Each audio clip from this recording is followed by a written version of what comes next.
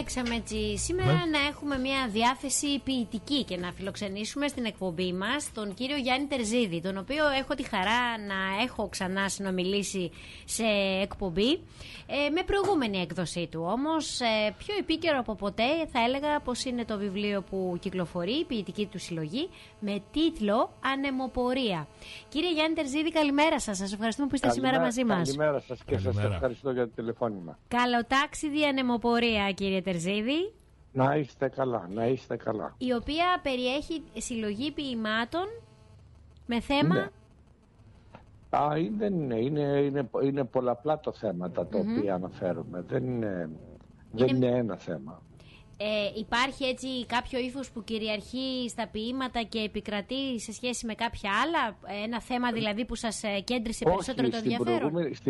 Στην προηγούμενη συλλογή που είχα τα σχήματα λόγου που είχα εκδώσει, είχε πολλά ποίηματα με ερωτικά, με κάποια έννοια. Ναι, το θυμάμαι. Και αυτό έχει κάποια ερωτικά, αλλά είναι γενικού περιεχομένου. Είναι, θα έλεγα, έχουν περισσότερα στοιχεία, αν πούμε ίσως φιλοσοφικά. Υπάρχουν και τα ερωτικά, υπάρχουν διάφορα. Άρα είναι αποτέλεσμα εμπειριών, ίσως και ερεθισμάτων που έχετε πάρει ίσως καθ' όλη τη διάρκεια της ζωής σας, σε συγκεκριμένες φάσεις της ζωής σας, και έγιναν ποίηματα. Πράγματι. Η εμπειρία στο χρόνο, σιγά σιγά, αν διαβάσει κανείς το πιστόφυλλο, το οποίο γράφω ότι όλοι μας βαδίζουμε στη ζωή ψηλαφώντας και κάποια πράγματα ενδεχόμενα μας αγγίζουν. Εκεί είναι το θέμα. Είναι οι στιγμές που βρισκόμαστε ενώπιο και τότε κάνουμε τους απολογισμούς μας για τη ζωή. Αυτές είναι και οι σκέψεις που αναφέρονται μέσα στο βιβλίο. Είναι 104 ποίηματα. 104 ποίηματα. Τα οποία, κύριε Τερζίδη, τα γράψατε σε τι διάστημα μέσα? Καλά, είναι μεγάλος ο χρόνος. Τα ποίηματα έχουν γραφεί από πολλά χρόνια και μέχρι και πρόσφατα. Ναι. Γι' αυτό το λόγο. Επιλέξατε τον τίτλο «Ανεμοπορία» για τη συλλογή σας, «Ανεμοπορία του Γλάρου», νιώθοντας ο ίδιος ως παρατηρητής από ψηλά ή από μακριά διαφορετικών καταστάσεων? Όχι. Η ανεμοπορία, αν θα κοιτάξει κανένας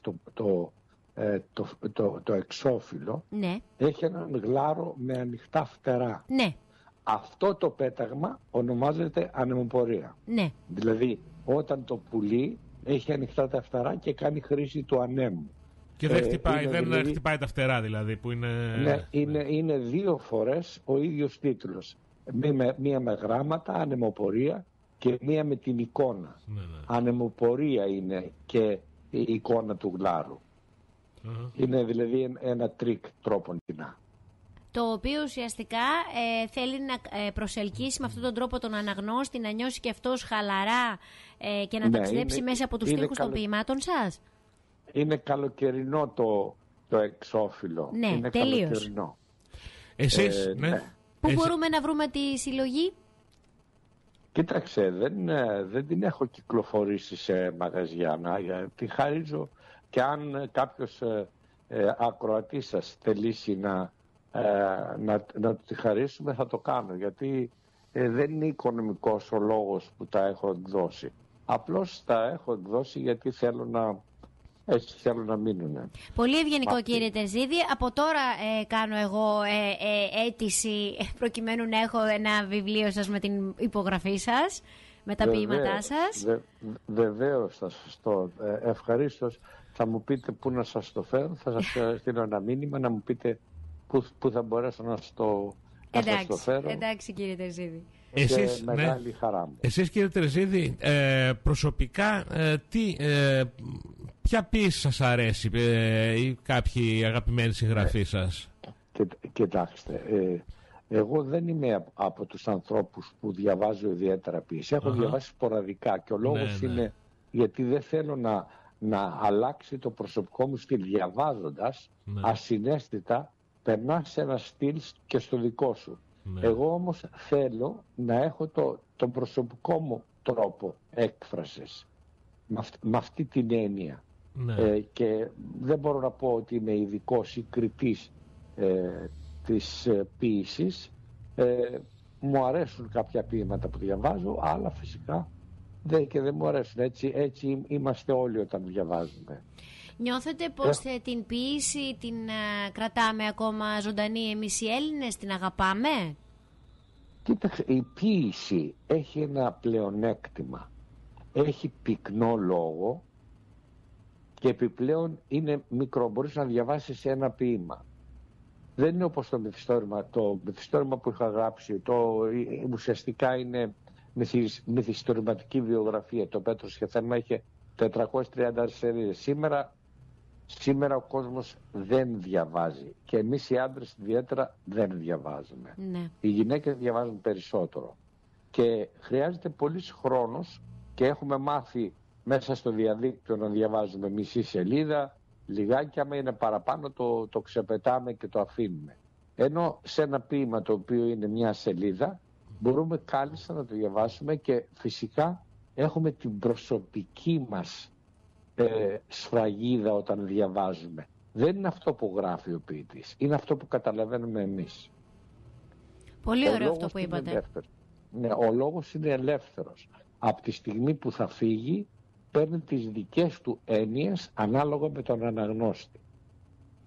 Από τα ποίηματα της ανεμοπορίας εσείς ποιο θεωρείτε ότι αγαπάτε περισσότερο? Κοίταξε, εμένα μου αρέσει, μπορώ να σας πω όταν τα ξαναδιαβάζω, ναι, διαπιστώνω ότι είναι πάρα πολλά τα ποίηματα που μου αρέσουν. Μ' αρέσει το πρώτο που λέγεται δικαίωση, όπως μ' αρέσει και το ποίημα ανεμοπορία. Αλλά μπορώ να πω ότι τα ξαναδιαβάζω προσπαθώντας να είμαι αντικειμενικός, γιατί στα δικά σου γραπτά δεν μπορείς να είσαι ποτέ αντικειμενικός. Όμως μπορώ να πω ότι είναι πολλά τα ποίηματα που κάποιος θα διαβάσει, γιατί διαφορετικά πρόσωπα που τα έχουν διαβάσει μου έχουν δώσει διαφορετικούς ερεθισμούς και διαφορετικές σκέψεις. Όταν γράφετε ένα ποίημα, κύριε Τερζίδη, σε ποιον το διαβάζετε πρώτα, μετά τον εαυτό σας εννοείται, που είναι ο δημιουργός των ποίημάτων, με ποιον το μοιράζεστε? Τα διαβάζω φυσικά, έχω την προσωπική μου γνώμη.